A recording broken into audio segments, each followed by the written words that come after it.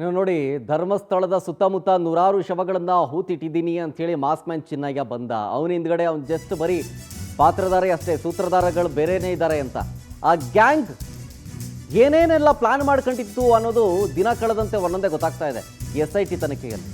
ಈಗ ನೋಡಿ, ಧರ್ಮಸ್ಥಳದಲ್ಲಿ ಸಮಾಧಿ ಶೋಧಕ್ಕೆ ಬ್ಲೂ ಪ್ರಿಂಟ್ ಕೂಡ ಮಾಡಿತ್ತು ಅಂತ.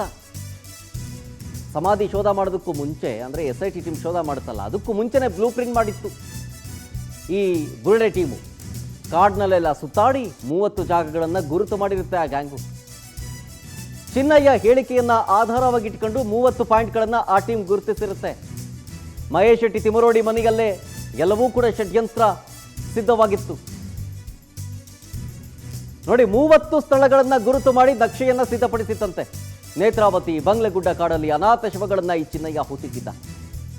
ಕನ್ಯಾಡಿ, ಬೋಳಿಯಾರ್ನಲ್ಲಿ ಶವ ಹುಳ್ಳಿಲ್ಲ ಅಂತಂದ್ರೂ ಕೂಡ ಪಾಯಿಂಟನ್ನು ಗುರುತು ಮಾಡಲಾಗಿದೆ. ಟೋಟಲ್ ಆಗಿ 30 ಸ್ಥಳ.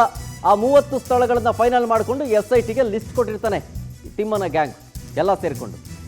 ಡೈಲಿ ಪ್ರತಿನಿತ್ಯ ಸಮಾಧಿ ಶೋಧದ ನಂತರ ತಿಮರೋಡಿ ಮನೆಯಲ್ಲೇ ಸಭೆ ಮಾಡ್ತಾ ಇದ್ವಿ ಎಲ್ಲರೂ ಸೇರಿಕೊಂಡು.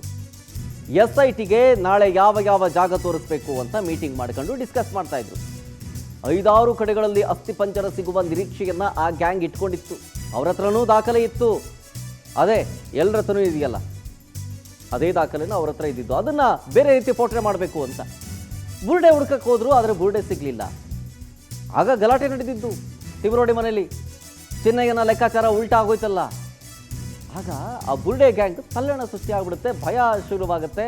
ಏನೋ ಮಾಡೋದಕ್ಕೆ ಇನ್ನೇನೋ ಆಗೋಯ್ತಲ್ಲ, ಈಗ ಸಿಕ್ಲಿಲ್ವಲ್ಲ, ಏನು ಮಾಡೋದು ಅಂತ ನಿರೀಕ್ಷೆ ಇಟ್ಕೊಂಡಿದ್ರು ಬುರುಡೆ ಸಿಗುತ್ತೆ ಅಂತ. ಆದರೆ ಬುರುಡೆ ಸಿಗ್ಲಿಲ್ಲ. ಅಲ್ಲಿಂದ ಅವರ ಪ್ಲಾನ್ ಎಲ್ಲ ತಲೆ ಕೆಳಗಾಗೋದಕ್ಕೆ ಗಲಾಟೆ ಮಾಡ್ಕೊಳ್ಳುತ್ತೆ. ಒಂದು ವಿಚಾರ ನೆನಪಿದೆಯಾ? ಈ ಅನಾಮಿಕಾ ಅರೆಸ್ಟ್ ಆಗೋದಕ್ಕೂ ಒಂದು ದಿನದ ಹಿಂದೆ ರಾತ್ರಿ ತಿಮರೋಡಿಯ ಮನೆಯಲ್ಲಿ ಗಲಾಟೆ ಆಗಿತ್ತು ಅಂತ. ಯಾಕೆ ಗಲಾಟೆ ಆಗಿತ್ತು ಅಂತಂದರೆ ಇದಕ್ಕೇನೆ. ಎಲ್ಲ ಷಡ್ಯಂತ್ರಗಳು, ಬ್ಲೂ ಪ್ರಿಂಟ್ ಎಲ್ಲ ರೆಡಿ ಮಾಡಿಕೊಂಡು ಮಾರ್ಕ್ ಮಾಡಿ ಬಂದಿರ್ತಾರೆ. ಇಲ್ಲಾಗಿದ್ರೆ ಇಲ್ಲಿ ಸಿಗುತ್ತೆ ನೋಡಿ, ಇಲ್ಲಾಗಿದ್ರೆ ಇಲ್ಲಿ ಸಿಗುತ್ತೆ ನೋಡಿ ಅಂತ. ಆದರೆ ಪಾಯಿಂಟ್ ಮಾಡಿದ ಯಾವ ಸ್ಥಳದಲ್ಲೂ ಕೂಡ ಕರೆಕ್ಟಾಗಿ ಸಿಕ್ಕಲಿಲ್ಲ ಮೂಳೆಗಳು, ಅಸ್ಥಿಗಳು, ತಲೆಬುರುಡೆಗಳು. ಆವಾಗ ಅವರು ಪ್ಯಾನಿಕ್ ಆಗಿ ಕೋಪ ಮಾಡಿಕೊಂಡು ಗಲಾಟೆ, ಅವರವ್ರ ಮಧ್ಯದಲ್ಲೇ ಗಲಾಟೆ ಆಗಿಬಿಡುತ್ತೆ.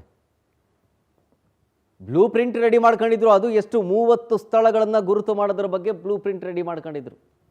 ಆ ಎಲ್ಲ ವಿಚಾರವೂ ಕೂಡ SITಯ ತನಿಖೆಯಲ್ಲಿ ಹೊರಗೆ ಬರ್ತಾ ಇದೆ. ಈಗ ಆ ಅನಾಮಿಕಾ ಒಂದೊಂದೇ ಸತ್ಯಗಳನ್ನು ಬಿಡ್ತಾ ಇದ್ದಾನೆ ಚಿನ್ನಯ್ಯ.